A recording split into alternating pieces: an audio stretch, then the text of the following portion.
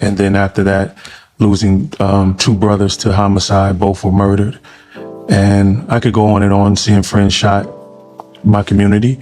And I chose not to allow myself to fall into the narrative that trauma is a badge of honor in a Black community. Mm-hmm. You know, a lot of us as men, growing up young, you brag about what you've been through, how many times you got shot at, what neighborhood you come from.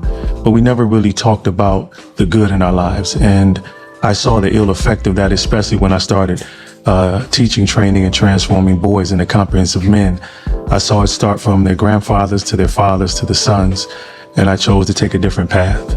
Your practices are, obviously through motivational speaking, but also through, dare I say, jujitsu? Is it karate? Well, it's not karate. People typically label all martial arts karate, like Kleenex is tissue, but it's called the Cave of Adullam. It's centered around where King David, or David at the time, he wasn't king yet, had ran from King Saul, who was trying to take his life. And history tells us that 400 men gathered unto David. He became their captain. And those men who entered that cave were distressed, discontented, and in debt. But when they left that cave, they were called mighty men of valor. So through the Cave of Adullam today, I work with boys who are mentally distressed, spiritually in debt, and emotionally just discontented. And they gather at the Cave of Adullam in Detroit, and they train. We use martial arts, judo, jujitsu, Muay Thai, and stick fighting. And of course, everything is rooted in biblical principles to help them deal with the emotions that tend to master them in the wrong moment. Yeah, biblical principles. Do you go as a pastor? Do you go as anybody from, the cloth, so to speak? When you say, do I go as the teacher, you mean? Yeah, but like on Sunday, are you a preacher? I mean, I was ordained a minister. Okay. But the Cave of Adullam is a transformational training academy where boys gather and the fathers come to watch the training. Instead of calling me sensei, they call me sharath, which in Hebrew means servant. And so I try not to take a position where I leave Christ to lead. And so I'm just a servant, and I go in and help boys navigate through all that they're dealing with so they can stop succumbing to their emotions and live in the moment and stop ruining their lives. Still on the point of biblical principles, using, the character in the Bible, David, he's my favorite. Mm-hmm. But there's multiple examples of fighters in the Bible. Why David?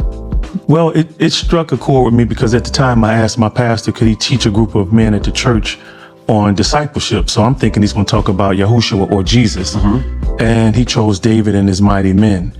And the Cave of Adullam is mentioned, I believe, just one time. And then we move on to learn more about David when he takes over the kingdom of Israel, becomes king. But I stayed with that and I studied more what that Cave of Adullam represents. And it actually means it translates justice for the people. And it wasn't a random cave that prophets or David ran to. This was the cave where they felt that they would meet the Most High. Yeah. And so I stayed with that. And because I'm like, wait a minute, these men were already warriors when they went to the cave to meet David. So what happened in that cave to make these men transform into mighty men of valor? Men who not only could deal with their fears in the face of danger, but also deal with their minds and their hearts because they were distressed and discontented with life as well. So I believe that this cave, which is a refuge, which is a safe space, which is why warriors would go in, because there's only one way in and one way out. Correct. And so I created that to give that same opportunity for men to be courageously transparent instead of wearing the facade and with the Superman cape that's strangling us. Who was the first man you saw show both tenderness and strength in your life? That's a good question. It sounds like it's a trick question. Yeah, and I'm really pondering that. I think in the natural, I would say it had to be me. In the spiritual, it was Yeshua, meaning he was the lion and the lamb. Mm-hmm. He gave his life up on the cross for our salvation, but he's coming back as the lion. I seen him in my life protect me when I could have died 3 times when guns were placed to my head.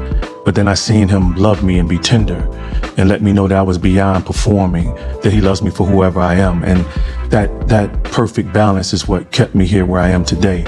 And the reason I say myself, because men in our culture, if you go back even to when our fathers had to endure racism we've never even seen, the fact that your child could be sold off to slavery like a puppy, and you got 9 other children you got to protect. You can't let the emotion of you losing that child deter you from being the man to protect your family.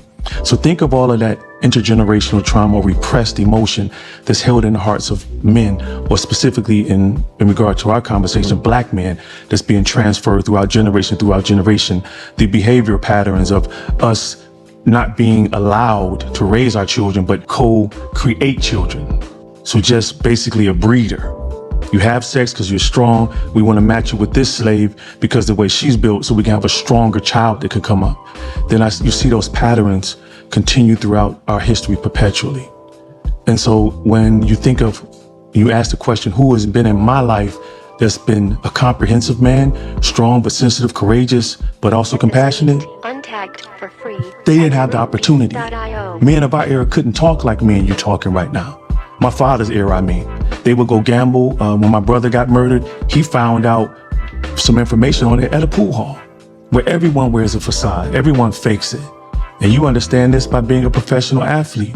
You can't even convey that you're injured to your coaches because it may jeopardize your playing time.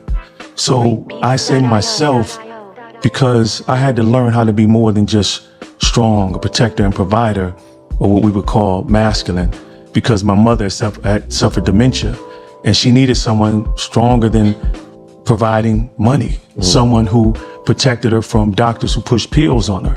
She needed someone to be understanding and patient and long-suffering when she would have these mental episodes where she would curse me out, saying, I would never treat you like this, talking to me like she didn't even raise me. And still I had to have the capacity or the self-control to massage her scalp and say, Mom, it's going to be okay. So I learned how to become tender, but also tough, because whenever someone tried to treat her wrong, they saw a different side of me. So I would say I was the first man in my own life to be comprehensive, to be a nurturer, and also a lion as well. I want to have this great conversation with you, right? Where I think oftentimes as black men, we suffer from a lot of things. One being ego, but I don't want to lead with that, with this particular situation. As I go back to the actual question, is, obviously the creation of what we know now as, a person who's been very impactful in his world, and that's all we can ask for any man.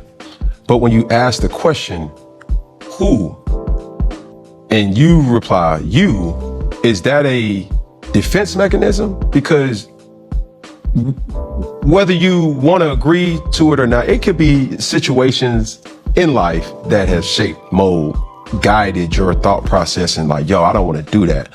Hey, I want to do this. Man, I see a empty space on the canvas here, so I'm gonna draw there. I think a lot of people feel or do not highlight what impacted them, that shaped them in a way. You asked a specific question though. Mm-hmm. You said, which man in my life was a nurturer, and what was the other one? Tough. Tender and tough. I said no. It wasn't. Now, if you're asking me, have I had influential men in my life? There's a long list. See, what you're describing is a comprehensive man, and I coined the phrase because it didn't exist. Mm-hmm. As men, the gold standard in my neighborhood in Detroit